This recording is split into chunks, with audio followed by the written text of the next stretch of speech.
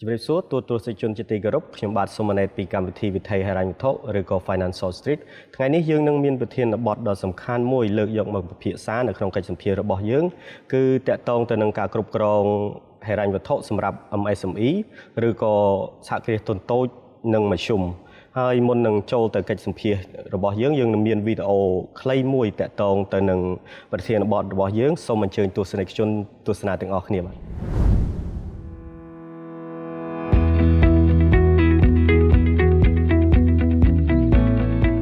របាយការណ៍ហិរញ្ញវត្ថុគឺជារបាយការណ៍មួយប្រភេទដែលរៀបចំឡើងដោយផ្អែកទៅតាមវិធីសាស្ត្រគណនេយ្យដើម្បីបង្ហាញពីស្ថានភាពហិរញ្ញវត្ថុរបស់ក្រុមហ៊ុននីមួយៗនៅពេលកំណត់ជាក់លាក់មួយហើយរបាយការណ៍នោះក៏នឹងបង្ហាញពីលទ្ធផលចំណេញឬខាតលំហូរសាច់ប្រាក់និងរបាយការណ៍ពីបម្រែបម្រួលទ្រព្យរបស់ម្ចាស់អាជីវកម្មរបាយការណ៍ហិរញ្ញវត្ថុនេះទៀតសោតបានដើរតួនាទីសំខាន់ណាស់សម្រាប់ដំណើរការអាជីវកម្មនីមួយៗនៅតាមបណ្ដាក្រុមហ៊ុនដោយហេតុថារបាយការណ៍នេះនឹងធ្វើឲ្យម្ចាស់ក្រុមហ៊ុនពីដំណើរការនៃក្រុមហ៊ុនរបស់ខ្លួនដល់ចំណុចណាហើយអ្នកស្រីសឹមសុធារីនាយិកាក្រុមហ៊ុន 3S Consultant បានលើកឡើងថាគ្រប់អាជីវកម្មទាំងអស់គួរតែមានរបាយការណ៍ហិរញ្ញវត្ថុផ្ទាល់ខ្លួនពីព្រោះវាមានអត្ថប្រយោជន៍ច្រើនដែលបានបង្ហាញពីស្ថានភាពពិតប្រាកដរបស់អាជីវកម្មបង្ហាញនូវការរកស៊ីចំណេញឬខាតហើយបង្កើននូវតម្លាភាពនិងទំនុកចិត្តដល់ម្ចាស់អាជីវកម្មក៏ដូចជាដៃគូអាជីវកម្មដូចជាអ្នកទិញអ្នកលក់ឬអ្នកផ្ដល់កម្ចីឲ្យម្ចាស់អាជីវកម្មជាដើមអ្នកស្រីសឹមសុធារីបានឲ្យដឹងដែរថាអាជីវកម្មតូចៗជាច្រើនមិនទាន់មានរបាយការណ៍ហិរញ្ញវត្ថុត្រឹមត្រូវនោះទេដែលធ្វើឲ្យពួកគេជួបបញ្ហាប្រឈមជាច្រើនជាស្ដែងអាជីវកម្មភាគច្រើននៅស្រុកយើងតូចៗគឺមិនទាន់មានរបាយការណ៍ហិរញ្ញវត្ថុនឹងត្រឹមត្រូវទេចឹងហើយជាទូទៅគាត់មានប្រឈមនៅបញ្ហាច្រើនឬទី1ដែលគាត់ប្រឈមហ្នឹងគឺអាចខ្ចីលុយគេបានគាត់មិនអាចរកកម្ចីបានទេចាហើយទី2គាត់ខ្លួនឯងហ្នឹងប្រហែលជាមិនដឹងថាខ្លួនឯងហ្នឹងស្ថិតនៅក្នុងទីតាំងឬចំណុចមួយណានៃអាជីវកម្មទេជួនកាលក៏រកស៊ីយូរអង្វែងមកហើយប៉ុន្តែគាត់មិនដឹងថាតើខ្លួនឯងហ្នឹងចំណេញឬខាតលុយចូលប្រមាណលុយចេញប្រមាណមានទ្រព្យប្រមាណមានបំណុលប្រមាណតើគាត់គួរតែដោះស្រាយបញ្ហាហ្នឹងយ៉ាងម៉េចខ្លះដើម្បីអាចឲ្យអាជីវកម្មរបស់គាត់ហ្នឹងបន្តដំណើរទៅមុខបានបន្ថែមពីលើហ្នឹងទៀតគឺគាត់ប្រហែលជាមិនចេះគ្រប់គ្រងបំណុលបានត្រឹមត្រូវទេពីព្រោះគាត់ចេះតែផ្ដោតទៅលើការលក់ចាហើយមួយទៀតគឺពិបាកក្នុងការបត់បែននៅក្នុងការប្រើប្រាស់យុទ្ធសាស្ត្រទីផ្សារពីព្រោះរបាយការណ៍ហិរញ្ញវត្ថុនៅពេលដែលអ្នកដែលចេះមើលនិងចេះប្រើប្រាស់គឺគាត់អាចយកចំណុចទាំងអស់ហ្នឹងទៅក្នុងលក្ខខណ្ឌប្រកួតប្រជែងបានដោយសារតែរបាយការណ៍នឹងបង្ហាញនៅលទ្ធផលឬក៏ទិន្នន័យដែលជួយឲ្យគាត់វិភាគនៅទីផ្សារបានប្រសើរជាងមុននាយិកាក្រុមហ៊ុន 3S Consultant រូបនេះបន្តទៀតថាដើម្បីរៀបចំរបាយការណ៍ហិរញ្ញវត្ថុឲ្យបានត្រឹមត្រូវដោយមិនប្រឈមនឹងហានិភ័យផ្សេងៗនោះគឺត្រូវធ្វើតាមលក្ខខណ្ឌសំខាន់មួយចំនួនដូចជាខ្ញុំគិតថាគាត់ចេះប្រើទុនបង្វិលអញ្ចឹងតើតើនឹងរឿងទុនបង្វិលគាត់អាចប្រើប្រាស់ពីលំហូរសាច់ប្រាក់ឬក៏កម្ចីនិងទុនបម្រុងពីព្រោះទុនបង្វិលនេះគឺវាមានអត្ថន័យច្រើនហើយវាទាមទារឲ្យអ្នកដែលប្រើប្រាស់ហ្នឹងគាត់យល់ដឹងទុនបង្វិលជួនកាលគាត់ទិញចាពាក់គេជាក់ស្ដែងហ្នឹងក៏ជាទុនបង្វិលដែរណាគាត់ថាគាត់ចាពាក់គេយូរអាចខូច credit ដែរអញ្ចឹងគាត់ត្រូវមានទុនបម្រុងមួយទៀតពេលដែលគាត់លក់ចំណេញមកគាត់ត្រូវចេះរកកញ្ចប់ថវិកាដើម្បីត្រៀមបម្រុងប៉ុន្តែការប្រើប្រាស់អាទុនបម្រុងរបស់គាត់ហ្នឹងបើសិនជាគាត់អត់ចេះគ្រប់គ្រងឬក៏មិនដឹងថាវិធីក្នុងការគ្រប់គ្រងទុនបម្រុងរបស់គាត់នឹងខាតដែរពីព្រោះលុយបើទុកចោលវាខាតបើគាត់យកទៅវិនិយោគនៅក្នុងកន្លែងផ្សេងអញ្ចឹងគឺគាត់នឹងចាប់ផ្ដើមរកចំណូលបន្ថែមឲ្យអាជីវកម្មរបស់គាត់ហើយមួយទៀតគឺការប្រើប្រាស់កម្ចីហ្នឹងពីព្រោះម្ចាស់អាជីវកម្មទាំងអស់មិនសុទ្ធតែអាចប្រើដើមទុនខ្លួនឯងដើម្បីពង្រីកអាជីវកម្មឬក៏ធ្វើឲ្យអាជីវកម្មរបស់ខ្លួនឯងរីកចម្រើនខ្លាំងដោយប្រើទុនសុទ្ធទេអញ្ចឹងគាត់ត្រូវទៅរកកម្ចីអញ្ចឹងអាកម្ចីហ្នឹងហើយគឺជាចំណុចដែលអាចជួយឲ្យអាជីវកម្មរបស់គាត់ហ្នឹងរីកចម្រើនបន្ថែមឬក៏ជួយឲ្យស្ថិរភាពរបស់ក្រុមហ៊ុនរបស់គាត់ហ្នឹងមាននិរន្តរភាពយូរអង្វែងអ្នកស្រីសុធារីបានគូបញ្ជាក់ដែរថាប្រសិនបើម្ចាស់អាជីវកម្មជួបបញ្ហាប្រឈមដោយការលក់បានច្រើនតែលទ្ធផលបែរជាខាតទៅវិញនោះម្ចាស់អាជីវកម្មត្រូវតែត្រួតពិនិត្យតាមដានរបាយការណ៍ខ្លួនឲ្យបានត្រឹមត្រូវឬឈានទៅដល់ជួលអ្នកជំនាញមកសិក្សាឲ្យតែម្ដងជាក់ស្ដែងបើសិនជាគាត់មានបញ្ហាឧទាហរណ៍ដូចជាគាត់រកស៊ីស្រាប់តែគាត់ខាតឬគាត់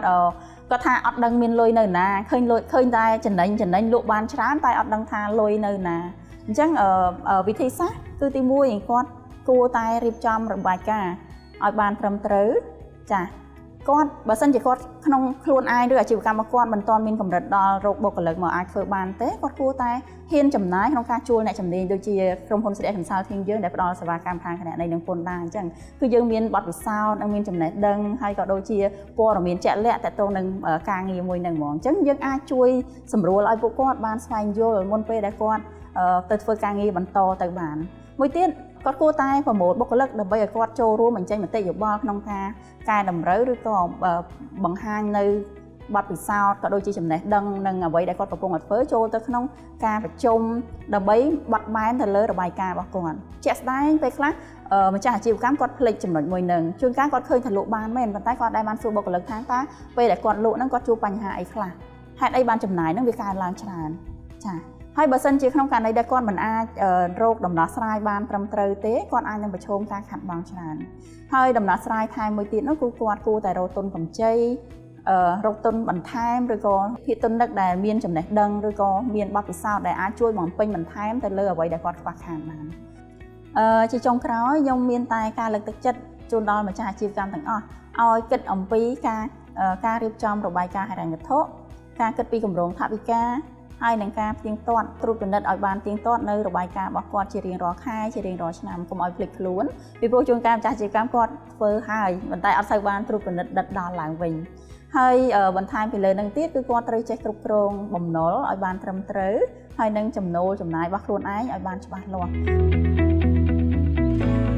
សរុបជារួមការគ្រប់គ្រងប្រព័ន្ធហិរញ្ញវត្ថុសម្រាប់វិស័យអាជីវកម្មគឺត្រូវមានរបាយការណ៍ហិរញ្ញវត្ថុព្រោះរបាយការណ៍ហិរញ្ញវត្ថុប្រាប់ពីលទ្ធផលនៃប្រតិបត្តិការរបស់អាជីវកម្មឬក្រុមហ៊ុនស្ថានភាពហិរញ្ញវត្ថុនិងលំហូរសាច់ប្រាក់ក្នុងអាជីវកម្មឬក្រុមហ៊ុនមួយជាទូទៅនៅក្នុងរបាយការណ៍ហិរញ្ញវត្ថុមានរបាយការណ៍សំខាន់មួយចំនួនដូចជាតារាងតុល្យការគឺជារបាយការណ៍ហិរញ្ញវត្ថុមួយប្រភេទដែលបង្ហាញពីប្រភពមូលនិធិនិងការប្រើប្រាស់មូលនិធិរបស់ក្រុមហ៊ុនមួយនៅក្នុងគ្រាជាក់លាក់មួយវាបង្ហាញពីស្ថានភាពរបស់ទ្រព្យអសកម្មឬបំណុលដើមទុនរបស់ម្ចាស់កម្មសិទ្ធិនិងទ្រព្យសកម្មរបស់ក្រុមហ៊ុនរបាយការណ៍លទ្ធផលគឺជារបាយការណ៍ហិរញ្ញវត្ថុមួយប្រភេទដែលរៀបចំឡើងដើម្បីបង្ហាញពីលទ្ធផលអាជីវកម្មរបស់ក្រុមហ៊ុនមួយនៅក្នុងរយៈពេលកំណត់ជាក់លាក់មួយហើយរបាយការណ៍លទ្ធផលបង្ហាញពីស្ថានភាពចំណូលចំណាយប្រាក់ចំណេញសុទ្ធនិងការបែងចែកប្រាក់ចំណេញរបស់ក្រុមហ៊ុនថាតើក្រុមហ៊ុនអនុវត្តបានដោយម្តេចខ្លះក្នុងរយៈពេលកន្លងមករបាយការណ៍លំហូរសាច់ប្រាក់ជារបាយការណ៍បង្ហាញពីផលប៉ះពាល់លើលំហូរសាច់ប្រាក់សុទ្ធរបស់ក្រុមហ៊ុនហើយលំហូរសាច់ប្រាក់នេះមានលំហូរសាច់ប្រាក់ពីសកម្មភាពប្រតិបត្តិលំហូរសាច់ប្រាក់ពីសកម្មភាពវិនិយោគនិងលំហូរសាច់ប្រាក់ពីសកម្មភាពហិរញ្ញប្បទាន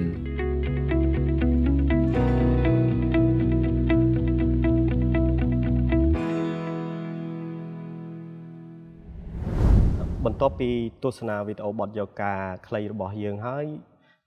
ទស្សនិកជនបាទនឹងយល់កាន់តែច្បាស់តាក់ទងទៅនឹងអត្ថប្រយោជន៍នៃការគ្រប់គ្រងហិរញ្ញវត្ថុសម្រាប់ MSME នេះហើយថ្ងៃនេះយើងក៏មានវាគ្មិនចំនួន2រូបដែលនឹងចូលរួមនៅក្នុងកិច្ចសម្ភាសន៍របស់យើងទី1គឺលោកស្រីប៉ជូជាអគ្គនាយិកាគ្រប់គ្រងក្រុមហ៊ុន Alcon Consulting ជាក្រុមហ៊ុនផ្ដល់សេវាផ្នែកពន្ធដារគណនេយ្យនិងប្រឹក្សាយោបល់លើការគ្រប់គ្រងអាជីវកម្មនិងវិនិយោគទី2គឺលោកសឹមច័ន្ទគិរីរតន៍លោកជានាយកប្រតិបត្តិនិងស្ថាបនិកក្រុមហ៊ុនបញ្ជី Fintech ហើយជំរាបសួរបងពីដោយសារយើងបច្ចុប្បន្ននេះយើងសង្កេតឃើញថាសហគ្រាសទុនតូចនិងមធ្យមគាត់មានការបង្កើតឡើងច្រើនប៉ុន្តែមួយចំនួនក៏បិទវិញដោយសារតែបញ្ហាហិរញ្ញវត្ថុដែរដូច្នេះហើយយើងក៏មានសំណួរលើកឡើងតាក់ទងទៅនឹងថាតើការគ្រប់គ្រងហិរញ្ញវត្ថុសម្រាប់ MSME ឬក៏ SME នឹងមានសារៈសំខាន់ដូចដេចសំណួរនេះសូមសួរទៅលោកស្រីប៉ជុំចាអរគុណច្រើនសូមជម្រាបសួរទស្សនិកជនទាំងអស់គ្នាហើយតាក់ទងជាមួយនឹងការគ្រប់គ្រងហិរញ្ញវត្ថុមែនទែនទៅយើងដឹងហើយថាអាជីវកម្មនីមួយបង្កើតឡើងមកសិតតែមានគោលដៅក្នុងការធ្វើអ្វីមួយដោះស្រាយបញ្ហាអ្វីមួយតែបន្ទាប់ពីនោះគឺអ្វីដែលសំខាន់មួយទៀតគឺត្រូវការស្វែងរកប្រាក់ចំណេញហើយនឹងគិតពីនិរន្តរភាពរបស់អាជីវកម្មអញ្ចឹងក្នុងការរៀបចំផែនការហិរញ្ញវត្ថុក៏ដូចជាការគ្រប់គ្រងហិរញ្ញវត្ថុនេះគឺមានសារៈសំខាន់ណាស់សម្រាប់អាជីវកម្មក្នុងការដែលធ្វើយ៉ាងណាឲ្យយើងដឹងថាតើ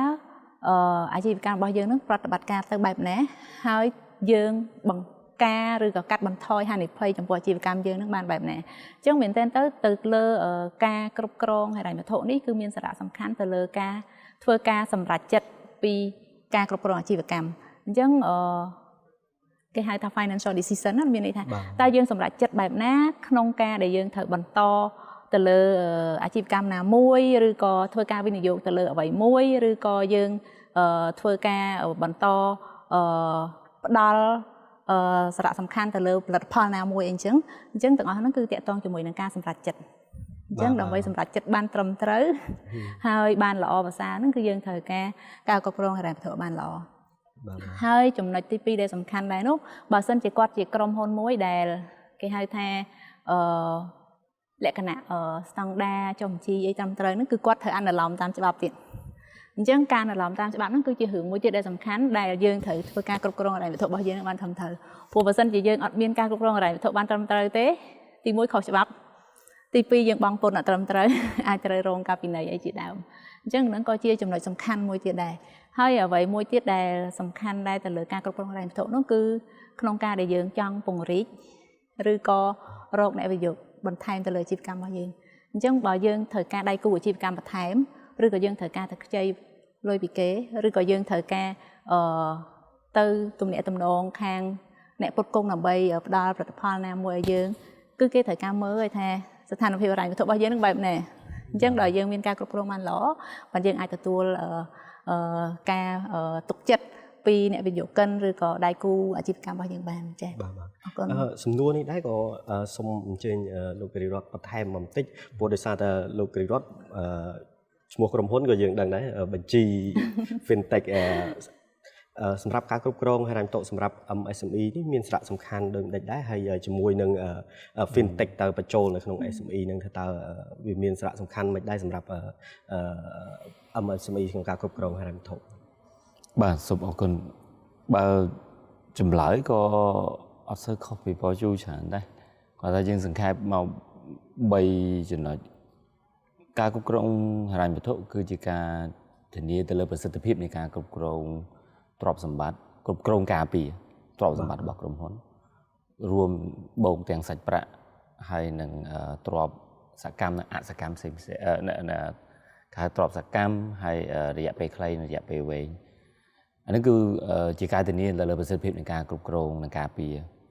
ទី2គឺជាការធានាអត្ថប្រយោជន៍វាគឺប្រយោជន៍ក្នុងការបង្កើនគុណភាពនៃការសម្រេចចិត្តដូចគ្នាដូចបើយូបានបញ្ជាក់ពីមុនការសម្រេចចិត្តទៅលើហិរញ្ញវត្ថុការសម្រេចចិត្តទៅលើការពង្រីកទៅលើទីតាំងថ្មីការចាប់យកគម្រោងថ្មីក៏ដូចជាការសម្រេចចិត្តទៅលើតម្លៃការបញ្ចុះតម្លៃមានការសម្រេចចិត្តច្រើនដែលតកតមួយហិរញ្ញវត្ថុហើយអញ្ចឹងការគ្រប់គ្រងហិរញ្ញវត្ថុនោះនឹងជួយធ្វើឲ្យការសម្រេចចិត្តនោះប្រកបទៅដោយគុណភាពហើយសមស្របជាមួយនឹងស្ថានភាពរបស់សហគ្រាសឬក៏ធុរកិច្ចដែលយើងដែលគេកំពុងគ្រប់គ្រងអញ្ចឹងទាំងពីរនោះវានឹងជួយដល់ការបង្កើនសមត្ថភាពអញ្ចឹងសមត្ថភាពនេះគឺសមត្ថភាពរបស់អាជីវកម្មបាទក្នុងការធានានៅលទ្ធភាពប្រកួតប្រជែងរបស់គាត់ក៏ដូចជាលទ្ធភាពនៃការទូទាត់តែឲ្យអ្នកគ្រប់គ្រងនិងកាតព្វកិច្ចផ្សេងៗដើម្បីធានាបាននៅនិរន្តរភាពរបស់អាជីវកម្មមួយហ្នឹងអញ្ចឹងបើយើងសង្ខេបមកវិញគឺជាការធានាទៅលើប្រសិទ្ធភាពនៃការគ្រប់គ្រងនិងការពារទ្រព្យសម្បត្តិបង្កើនគុណភាពនៃការសម្រេចចិត្តទៅលើការគ្រប់គ្រងសាច់ប្រាក់ក៏ដូចជាការសម្រេចចិត្តផ្សេងៗនៅលើអាជីវកម្មរបស់គាត់ទាក់ទងហិរញ្ញវត្ថុហើយទាំងពីរនោះវានឹងប្រយោជន៍ឲ្យមានបង្កើននៅសមត្ថភាពនិងលទ្ធភាពនៃការពង្រីកហើយនឹងការទូទាត់របស់សហគ្រាសបាទ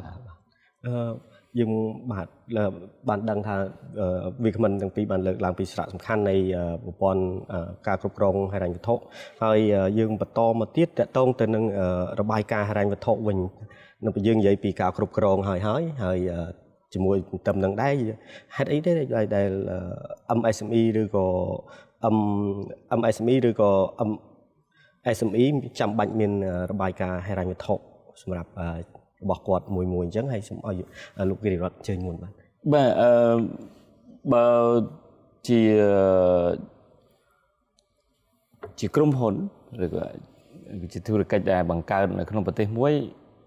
អនុលោមភាពជារឿងសំខាន់ បាទ ហើយជាពិសេស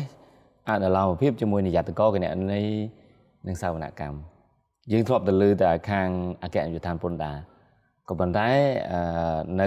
នៅនិយត្តករមិនមែនសេវាអរ៉ាមតអសារ៉ាធនាគារនោះគឺមាននិយត្តករមួយហើយចេញមកគឺអនុលោមភាពទៅលើការដាក់របាយការណ៍ហិរញ្ញវត្ថុទៅឲ្យនិយត្តករគណនេយ្យសវនកម្មហើយនេះគឺជាកាតព្វកិច្ចស្របច្បាប់របស់សហគ្រាសនីមួយៗអញ្ចឹងការមានរបាយការណ៍ហិរញ្ញវត្ថុគឺធានាបាននៅអនុលោមភាពអានោះគឺជារឿងដែលសំខាន់ដល់ពេលយើងចុះបញ្ជីក្រុមហ៊ុនយើងត្រូវតែដឹងខ្លួនឯងថាយើងមានកាតព្វកិច្ចក្នុងការបំពេញអានឹងខាងលក្ខណៈខាងកាតព្វកិច្ចផ្លូវច្បាប់របស់សហគ្រាសទីពីរគឺរឿងការដែលមានរបាយការណ៍ហិរញ្ញវត្ថុគឺបង្កើនទំនុកចិត្តហើយនិងតម្លាភាពរវាងភាគទុនរបស់ក្រុមហ៊ុនហ្នឹងក៏ដូចជាអ្នកផ្ដល់ការវិនិយោគឬក៏ផ្ដល់កម្ចីទៅឲ្យក្រុមហ៊ុនមួយហ្នឹងជាវាតែមានរបាយការណ៍ហិរញ្ញវត្ថុយើងបង្ហាញទាំងលទ្ធភាពនិងលទ្ធផលរបស់ហិរញ្ញវត្ថុទៅឲ្យគាត់អញ្ចឹងវាបង្ហាញទៅលើគណនេយ្យភាពនិងតម្លាភាពនៃរបាយការណ៍របស់គាត់ហើយចុងក្រោយគឺដូចគ្នាពីអ្វីដែលយើងទៅជែកមុនដែរគឺគុណភាពនៃការសម្រេចចិត្តបាទព្រោះរាល់ការសម្រេចចិត្តគឺតែងតែផ្អែកទៅលើរបាយការណ៍ហិរញ្ញវត្ថុហ្នឹងឯងទិន្នន័យបាទ លោកគិរីលើកឡើងដូចតកតងនឹងរបាយការណ៍ហិរញ្ញវត្ថុនេះយើងមានដំណាក់កាលរបស់វាប៉ុន្តែបើយើងក៏លេខទៅមើលMSME វិញដែរជាប្រព័ន្ធខ្នាតតូចមែនទែនប៉ុន្តែតើឧទាហរណ៍គាត់ត្រូវការរបាយការណ៍ហិរញ្ញវត្ថុដែរហើយយើងចង់ដឹងថាការដែលមានរបាយការណ៍ហិរញ្ញវត្ថុសម្រាប់អាជីវកម្មខ្នាតតូចហ្នឹងតើវាមានភាពចាំបាច់ដែរទេសម្រាប់លោកស្រីពជូវិញបាទចាអរគុណច្រើនមែនតើទៅរបាយការណ៍ហិរញ្ញវត្ថុហ្នឹងគឺមិនថា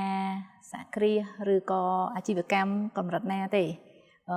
ចាំបាច់មិនគ្រាន់តែគួរណាចាំបាច់ត្រូវតែមានហើយក៏មានអាជីវកម្មយើងមួយចំនួនដូចលោកបានលើកឡើងពីខាងដើមហ្នឹងថាបើកឲ្យបិទទៅវិញពីព្រោះពេលដែលគាត់ចាប់ផ្ដើមអាជីវកម្មមកគាត់ជួនកាលគាត់គិតថាអាការងារហិរញ្ញវត្ថុហ្នឹងចាំតាមក្រោយទៅប៉ុន្តែយើងត្រូវដឹងថាអាជីវកម្មណាក៏ដោយគ្រាន់តែចាប់ផ្ដើមមកពឹបគឺរឿងលុយចិញ្ចូលមានភ្លាមបើមានលំហូរប្រាក់ចិញ្ចូលគឺហិរញ្ញវត្ថុរបាយការណ៍ត្រូវតែមានភ្លាមដូចគ្នាអត់អាចរងចាំទេព្រោះអីនៅពេលណាដែលយើងរងចាំគឺព័ត៌មានទាំងអស់ហ្នឹងបានរសាត់ទៅហើយយើងអត់មានពេលមករៀបចំវាឡើងវិញហើយវា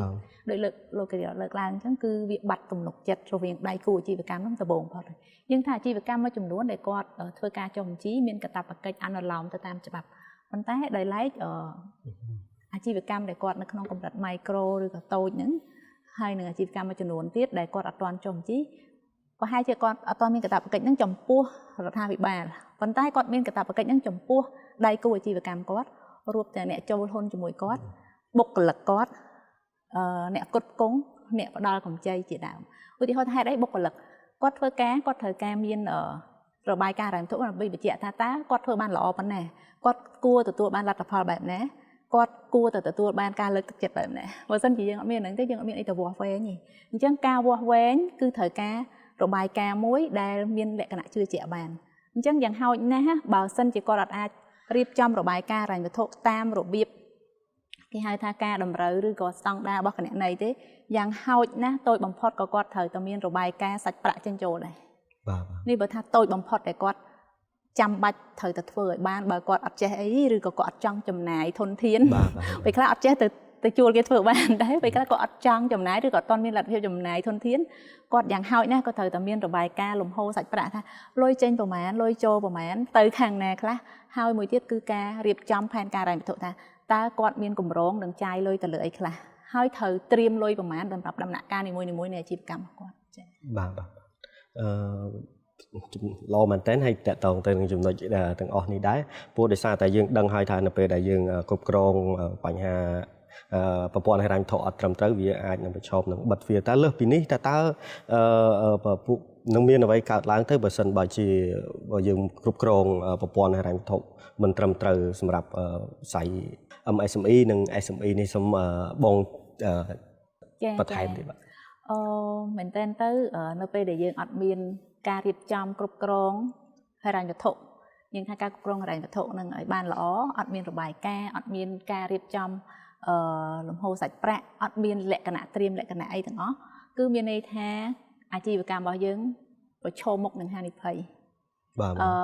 ហានិភ័យវាមានច្រើនប្រភេទហើយចុងក្រោយបំផុតឈានទៅបាត់បង់អាជីវកម្មតែម្ដងហើយពេលខ្លះអាចមានបញ្ហាដល់ផ្ទាល់ខ្លួនទៀតឧទាហរណ៍ថាបើសិនជាគាត់ជា SME ដែលធ្វើការចុះបញ្ជីត្រឹមត្រូវគាត់អត់មានរបាយការណ៍ហិរញ្ញវត្ថុការសម្រេចចិត្តរបស់គាត់នៅក្នុងអាជីវកម្មអាចមិនត្រឹមត្រូវភាគច្រើនដោយសារអត់មានមូលដ្ឋាន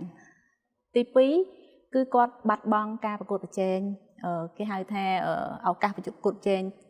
ធៀបជាមួយនឹងដៃគូប្រកួតប្រជែងរបស់គាត់អញ្ចឹងនៅពេលហ្នឹងគាត់អាចនឹងធ្វើឲ្យអាជីវកម្មរបស់គាត់ហ្នឹងដើរ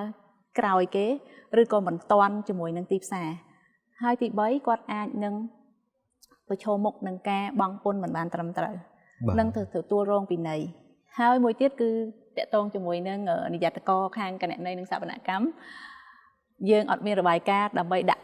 ជូនទៅគាត់តាន់ពេលវេលាខុសមួយហើយដាក់ទៅហើយអត់ត្រូវទៀតខុសមួយទៀតអញ្ចឹងអាចទទួលរងការពិន័យហើយការពិន័យទាំងអស់ហ្នឹងពេលខ្លះដូចករណីពន្ធដារអញ្ចឹងយើងខុសពិន័យមិនមែនតែក្រុមហ៊ុនយើងចាប់ហើយយើងថាយើងអត់មានលុយបង់ទៅចាប់ទេវាអាចមានពាក់ព័ន្ធនឹងដល់ករណីអ ுக ្រិតកម្មមួយចំនួនដែលយើងអាចបន្លំពន្ធឬក៏អីអញ្ចឹងទាំងអស់ហ្នឹងវាអាចឈានដល់ប៉ះពាល់មិនត្រឹមតែអាជីវកម្មទេដល់តខ្លួនរបស់គាត់ទៀតហ្នឹងគឺហានិភ័យដែលអាចនឹងកើតមានឡើងប៉ុន្តែបើសិនជាយើងនិយាយពីអ្នកដែលគាត់នៅក្នុងវិស័យតូចមានន័យថា micro business អីចឹងគាត់អាចមិនមានបញ្ហារឿងអនុលោមភាពនឹងខ្លាំងប៉ុន្តែអ្វីដែលគាត់អាចរងគ្រោះគឺអាជីវកម្មរបស់គាត់ធ្វើការសម្រេចចិត្តមិនបានត្រឹមត្រូវអាចមានចំនួនផ្ទៃក្នុងរវាងដៃគូអាជីវកម្មជាមួយគ្នាបុគ្គលិកជាមួយនឹងម្ចាស់អាជីវកម្មក៏អាចដែរហើយនឹងបាត់បង់ធនធានល្អៗដូចគ្នាក្រុមហ៊ុនឬអាជីវកម្មដែលអត់មានការគ្រប់គ្រងបានល្អ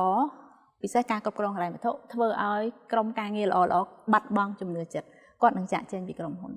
ហ្នឹងក៏ជាបញ្ហាមួយដែលអាជីវកម្មមួយចំនួនគាត់អត់បានមើលឃើញទេគាត់មើលឃើញតែដៃគូអាជីវកម្មរបស់គាត់ partner គាត់អ្នកចូលហ៊ុនមួយគាត់តែបុគ្គលិកក៏ជាធាតុផ្សំមួយសំខាន់របស់អាជីវកម្មដើម្បីអាជីវកម្មទៅមុខដូចគ្នាហើយមួយទៀតហ្នឹងគឺគាត់នឹងអាចធ្វើការសម្រេចចិត្តពង្រីកឬក៏មិនពង្រីកអាជីវកម្មហ្នឹងអត់បានទាន់ពេល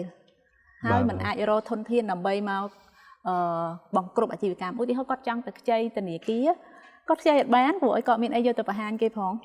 គាត់មានរបាយការណ៍ត្រឹមត្រូវផងចា៎បាទបាទតំណែងនេះដែរព្រោះដោយសារតែលោកស្រី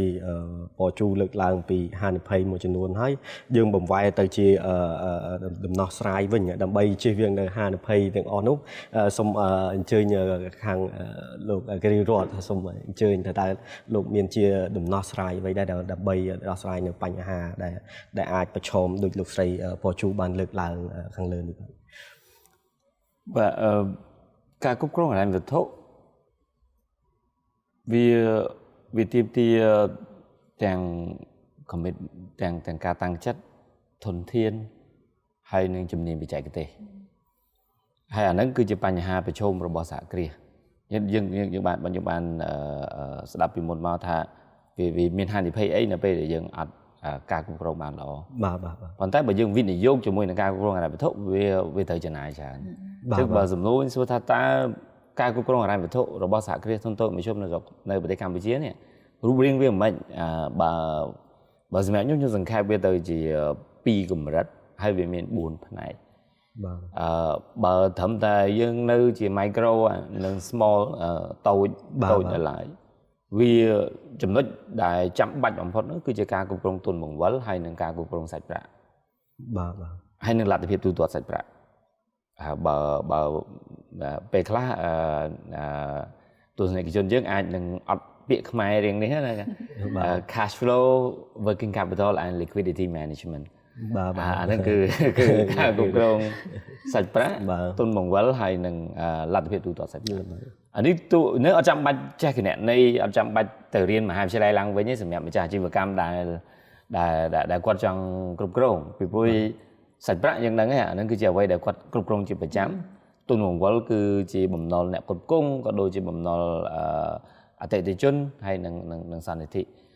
បស់គាត់ហើយការគ្រប់គ្រងលទ្ធភាពទូទាត់សាច់ប្រាក់ហ្នឹងគឺជាការគ្រប់គ្រងអំពីខាងលើហ្នឹងឯងចឹងនេះគឺជាអ្វីដែលចាំបាច់សម្រាប់គាត់ដើម្បីធានាថាសាច់ប្រាក់គ្រប់គ្រាន់ហើយគាត់នៅតែអាចបន្តទំនាក់ទំនងការងាររវាងអតិថិជនហើយនឹងអ្នកគ្រប់គ្រងរបស់គាត់ រឿងទី2គឺរឿងរបាយការណ៍ហិរញ្ញវត្ថុកន្លែងនេះរឿងពិបាកចាប់ផ្ដើមយកតើការគណនេយ្យករដើម្បីមកជួយប៉ុន្តែមុននឹងឈានដល់ដំណាក់កាលទី2នេះម្ចាស់អាជីវកម្មគួរតែសួរខ្លួនឯងថាតើគាត់ត្រៀមចិត្តហើយនៅក្នុងការឲ្យអ្នកដទៃដឹងថាគាត់មានលុយប៉ុន្មានពីព្រោះសហគ្រាសភាគច្រើនបរាជ័យនៅកន្លែងហ្នឹងនៅពេលដែលយក accountant មកធ្វើការហើយប៉ុន្តែលាក់នេះលាក់នោះអត់ព្រមឲ្យគេដឹងទេអញ្ចឹងរបាយការណ៍ធ្វើម៉េចក៏មិនត្រូវដែរអញ្ចឹងវាជាការបង្ខិនទាំងពេលវេលាទាំង accountant ក៏គណនេយ្យករក៏ដូចជាអ្នកដែលជួយផ្សេងនៅពេលដែលគាត់អត់ទាន់ត្រៀមខ្លួនហើយក្នុងការបង្ហាញមកថាគណនេយ្យនៅធនាគារអាហ្នឹងគឺជាគណនេយ្យរបស់សហគ្រាសប៉ុន្តែអត់ឲ្យគេឃើញទេគាត់ឲ្យតែអ្វីដែលគាត់ចង់ឲ្យឃើញទេអញ្ចឹងវាអត់មានប្រយោជន៍ក្នុងការវិនិយោគទៅលើការគ្រប់គ្រងរ៉ាំវត្ថុនៅហ្នឹងឯងប៉ុន្តែវាជាជំហានទី2ក្នុងការឈានទៅដល់ការគ្រប់គ្រងរ៉ាំវត្ថុមួយល្អដូចយើងនិយាយអំពីអត្ថប្រយោជន៍នៃរបាយការណ៍រ៉ាំវត្ថុនឹងអញ្ចឹងបាទនៅពេលដែលបានអំពីនឹងហើយគឺជាអ្វីដែលម្ចាស់សហគ្រាសគួរមានវាគួរឈានដល់ដំណាក់កាលទី3នោះគឺការធ្វើផែនការរ៉ាំវត្ថុប៉ុន្តែនៅពេលដែលឈានដល់កន្លែងនេះគណនេយ្យករមួយចំនួនវាតឈានដល់ប្រធានរ៉ាំវត្ថុឬក៏អីដែលមានសមត្ថភាពក្នុងការព្យាករណ៍budgeting and forecasting អានេះវារៀង advantage អីប៉ុន្តែវាអត្ថប្រយោជន៍វាកាន់តែមានប្រយោជន៍កាន់តែច្រើនហើយបានឈានដល់ការវិភាគហិរញ្ញវត្ថុដែលជួយឲ្យគាត់នឹងអាចមើលឲ្យបានស៊ីជម្រៅទៅលើអាជីវកម្មរបស់គាត់ប៉ុន្តែអានឹងដដែលវាទាមទារឲ្យមានអ្នកជំនាញក្នុងការជួយបាទអញ្ចឹងបើយើងសង្ខេបវិញវាជាការដើម្បីដោះស្រាយបញ្ហាថាដែលប្រឈមជាមួយនឹងការមិនមានការគ្រប់គ្រងហិរញ្ញវត្ថុបានល្អវាទាមទារតាំងពីការរៀបចិត្តឲ្យហើយពីម្ចាស់អាជីវកម្មតើគាត់ព្រមវិនិយោគពេលវេលាវិនិយោគធនធានរបស់គាត់ក្នុងការកែលម្អការគ្រប់គ្រងហិរញ្ញវត្ថុឬអត់ប៉ុន្តែខ្ញុំថាចាប់ផ្ដើមមុនដំបូងដែលយើងធ្លាប់ជួបគឺផ្លូវចិត្តត្រៀមចិត្តថាឲ្យគេដឹងថាខ្លួនឯងមានលុយប៉ុន្មានខ្លួនឯងរស់ស៊ីវាមិនអាហ្នឹងគឺជាចំណុចចាប់ផ្ដើមដែលល្អបំផុតប៉ុន្តែបន្តមកទៀតគឺយើងប្រកាសជាត្រូវចំណាយaccountant បើនៅនៅមានម្នាក់តម្លៃផ្សេងបើបូកចូល 3-4 នាក់អាហ្នឹងកាន់តែធ្ងន់ទៅហើយខ្វះតែចង់រើស CFO ឬក៏អីទៀតអាហ្នឹងកាន់តែធ្ងន់ទៀតហើយយើងត្រូវការទិញប្រើប្រាស់បច្ចេកវិទ្យា software នៅក្នុងការគ្រប់គ្រងហិរញ្ញវត្ថុហើយនឹងការរៀបចំគោលការណ៍នៅនីតិវិធីហិរញ្ញវត្ថុថែមទៀតអញ្ចឹងវាអាចនឹងមានតាមកម្រិតរបស់វាក៏ប៉ុន្តែខ្ញុំថាចំណុចចាប់ផ្ដើមមុនដំបូងគ្រប់គ្រងទុនបង្វិលសាច់ប្រាក់ហើយនិយាយចេះស្រួលដូចមើលទៅដូចស្រាប់ទៅស្រួលតែខ្ញុំខ្លួនឯងក៏ពិបាកដែរអញ្ចឹងណាអញ្ចឹងវាដូចពួកខ្ញុំ2នាក់សិតតែអ្នកដែល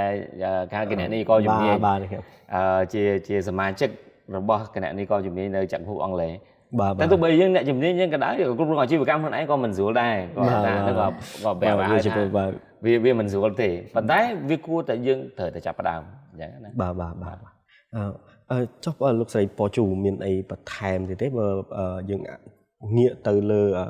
សម្រាប់អាជីវកម្មខ្នាតតូចវិញតើយើងនិយាយបែបសាមញ្ញឲ្យគាត់ងាយស្រួលយល់តាក់ទងទៅនឹងដំណោះស្រាយដែលគាត់ប្រឈមដូចជាលោកស្រីបានលើកឡើងយ៉ាងតាក់ទងនឹងចំណាយចំណូលនៅក្នុងនឹងយើងតើដើម្បីបញ្ជៀសបញ្ហាទាំងអស់នោះតើលោកស្រីមានអ្វីលើកឡើងបន្ថែមទេចាមែនតើដូចខ្ញុំបញ្ជាក់ពីដើមអញ្ចឹងគឺមានការងារច្រើនដែលគាត់ត្រូវធ្វើប៉ុន្តែដំបូងផុតគឺគាត់ត្រូវតែគិតថាការគ្រប់គ្រងហិរញ្ញវត្ថុគឺសំខាន់បាទដូចលោកលើកឡើងអញ្ចឹងទឹកចិត្តយើងដាក់ចិត្តទៅឲ្យតម្លៃវាសិនពីព្រោះអីនៅពេលណាដែលយើងអត់ឲ្យតម្លៃវាការងារអីក៏ធ្វើអត់បានដែរទោះបីស្រួលឬបាក់ប៉ុណ្ណាដែរកុំថាឡើយការងារនេះអត់ស្រួលទេការងារហ្នឹងយើងមើលទៅស្រួលប៉ុន្តែសួរត្រឡប់មកវិញបើយើងគិតថាពីការគ្រប់គ្រងហិរញ្ញវត្ថុមួយម៉ាត់ជាងថាអត់មានអីបាក់ទេបើសិនជាដូចនេះខ្ញុំលើកឡើងថាយ៉ាងហោចណាស់គាត់ត្រូវតែមានរបាយការណ៍លំហូរសាច់ប្រាក់ចេញលុយចេញចូលណាបាទប៉ុន្តែសួរត្រឡប់មកយើងផ្ទាល់ខ្លួនវិញណាមួយអាទិត្យនេះយើងបានចាយលើអីខ្លះខ្លួនឯងអាទិត្យក្រោយសួរចាំអត់ខ្ញុំអត់ដឹងទេណាអ្នកផ្សេងតែខ្ញុំអត់ចាំទេអានឹងយើងសួរតែផ្ទាល់ខ្លួនយើងម្នាក់ឯណាកុំតន់គិតថានៅក្នុងផ្ទះយើងមានក្រុមគ្រួសារយើងមានបងប្អូនមានឪពុកម្ដាយមានកូនយើងទៀតអញ្ចឹងណាតែអាជីវកម្មគឺគ្រប់មុខទាំងអស់អញ្ចឹងការងារដំបូងដែលគាត់ត្រូវធ្វើគឺដាក់ទឹកចិត្តថាឲ្យតម្លៃហ្នឹងសំខាន់ការងារបន្ទាប់មកទៀតគាត់ត្រូវតែបែងចែកថាអ្វីផ្ទាល់ខ្លួនអ្វីជារបស់អាជីវកម្មចំណុចនេះគឺជាអ្វីដែលសំខាន់ភាគច្រើនរួមទាំងខ្ញុំដែរ ពេលដែលចាប់ដើមអីមួយគិតថាតូចតែល្មមអត់ខ្វល់វាទេ បាទ ហើយអត់បានបែងចែកទេហើយចុងក្រោយច្បល់ចូលគ្នាដឹងថាណាផ្ទាល់ខ្លួនណាជារបស់អាជីវកម្មនេះហើយបើមានដៃគូទៀតអាចឆ្លោះគ្នាតាំងពីមិនតាន់អាជីវកម្មដើរក៏មានដែរអញ្ចឹងត្រូវធ្វើការបែងចែកច្បាស់ថាអ្វីជាហិរញ្ញវត្ថុរបស់ផ្ទាល់ខ្លួនយើងអ្វីជារបស់អាជីវកម្មពេលខ្លះយើងចាយផ្ទាល់ខ្លួនតែវាជាចំណាយរបស់អាជីវកម្មពេលខ្លះយើងយកលុយអាជីវកម្មមកចាយតែរឿងយើងផ្ទាល់ខ្លួនអញ្ចឹងត្រូវធ្វើការបែងចែកច្បាស់ហើយមានបញ្ជីបើផ្ទាល់ខ្លួនយើងធ្វើរឿងរបស់យើងទេអញ្ចឹងពេលនេះយើងនិយាយពីអាជីវកម្មអញ្ចឹងបើយើងបែងចែកហើយរបស់អាជីវកម្មត្រូវតែកត់ត្រានៅក្នុងអាជីវកម្មឲ្យច្បាស់លាស់ហើយកត់ត្រាឲ្យតាន់ពេលវេលាដូចនេះខ្ញុំលើកឡើងអញ្ចឹងបើអាទិត្យក្រោយចាំមករកអាទិត្យនេះភ្លេចបាត់ហើយកុំថាឡើយមិនមែនជារឿងរបស់យើងសុទ្ធអញ្ចឹងអាជីវកម្មពេលខ្លះមិនមែនរឿងយើងម្នាក់ឯងបុគ្គលិកយើងចាយដៃគូយើងចាយអ្នកផ្សេងចាយជំនួសយើងអត់ដឹងក៏មានដែរអញ្ចឹងយើងត្រូវការកត់ត្រាដើម្បីយើងមានគេហៅថាទឹកតាំងមួយដើម្បីយើងយកទៅមើលឡើងវិញហើយដូចលើកឡើងថារបាយការណ៍ហិរញ្ញវត្ថុត្រូវធ្វើការវិភាគបើទោះបីជាក្នុងការរៀបចំហិរញ្ញវត្ថុដែលរបាយការណ៍ហិរញ្ញវត្ថុដែលធំត្រូវការវិភាគនោះវានៅក្រោយមែនប៉ុន្តែបើយើងត្រឡប់មកមើលក្នុងការគ្រប់គ្រងអាជីវកម្មមែនតែនទៅការវិភាគនឹងត្រូវមានជាប្រចាំមិនខ្វល់ថាអាជីវកម្មនឹងតូចធំប៉ុណ្ណាខ្ញុំឧទាហរណ៍មួយថាបើគាត់ទៅបើកអាជីវកម្មមួយថាហាងកាហ្វេមួយចុះនៅកន្លែងមួយដែលយើងមើលទៅថាចំណូលរបស់គាត់បានច្រើនហើយប៉ុន្តែត្រឡប់ទៅវិញយើងមើលចំណាយរបស់គាត់ 90% អញ្ចឹងគាត់ចំណេញបាន 10% ឯងមានបញ្ហាអីកើតឡើងបន្តិចអា 10% នោះបាត់ឈឹងបាត់អញ្ចឹងគាត់នឹងខាតបាត់ហើយត្រឡប់ទៅមើលវិញថាគាត់ត្រូវមើលថា 90% របស់គាត់ដែលគាត់ចាយនឹងលើអីទៅមើលវិភាគទៅអា 90% ហ្នឹងគ្រាន់តែ 60-70% បាត់ឯងលើថ្លៃជួលអញ្ចឹងកន្លែងហ្នឹងគាត់កំពុងវិភាគប៉ុន្តែអ្នកខ្លះគាត់យល់ថាហ្នឹងខ្ញុំកំពុងវិភាគរបាយការណ៍ហិរញ្ញវត្ថុឬក៏ព័ត៌មានហិរញ្ញវត្ថុទេអញ្ចឹងពេលដែលគាត់វិភាគអញ្ចឹងគាត់ដឹងហើយថាអូខេបើសិនជាគាត់កាត់បន្ថយថ្លៃជួលទីតាំងហ្នឹងទៅរកទីតាំងម្ដុំហ្នឹងដែលគាត់នៅតែលក់ដាច់ដដែលហើយកាត់បន្ថយចំណាយថ្លៃជួលបានពាក់កណ្ដាលគាត់ចំណេញរហូតដល់ 40% ឬក៏ 30% អញ្ចឹង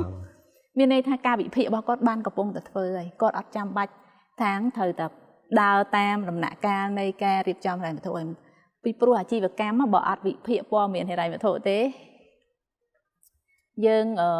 មានន័យថាយើងធ្វើអាជីវកម្មហ្នឹងទាំងពាក្យមិនព្រោះណាធ្វើអាជីវកម្មទាំងងឹតងងល់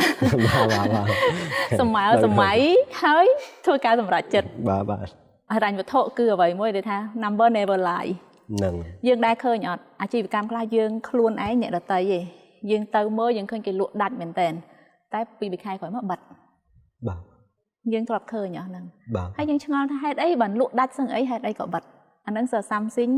ឬក៏រឿងអីមួយតាក់ទងមួយហិរញ្ញវត្ថុហ្នឹងឯងលក់ដាច់ប៉ុន្តែគាត់ចេះបរិយទៅប៉ុន្តែគាត់ដឹងថាណាចំណេញផ្នែកណាចំណេញផ្នែកណាអត់ចំណេញផ្នែកណាគួរបរិយផ្នែកណាមិនគួរបរិយ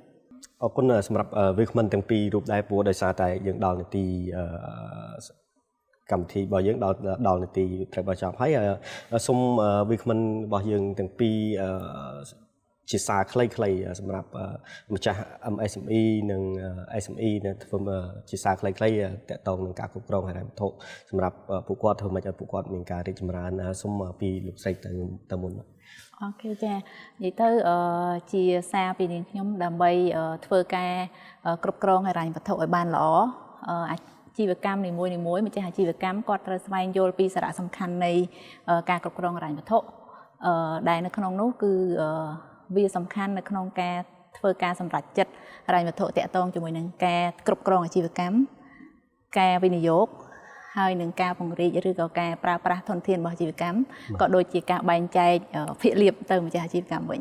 ហ្នឹងគឺជាចំណុចសំខាន់ដែលគាត់ត្រូវគិតហើយទី2ដែលសំខាន់នៅក្នុងការគ្រប់គ្រងហិរញ្ញវត្ថុនេះដែរគឺការអនុលោមភាពទៅតាមច្បាប់គឺ stay within the law មានន័យថាយើងធ្វើអីក៏ដោយ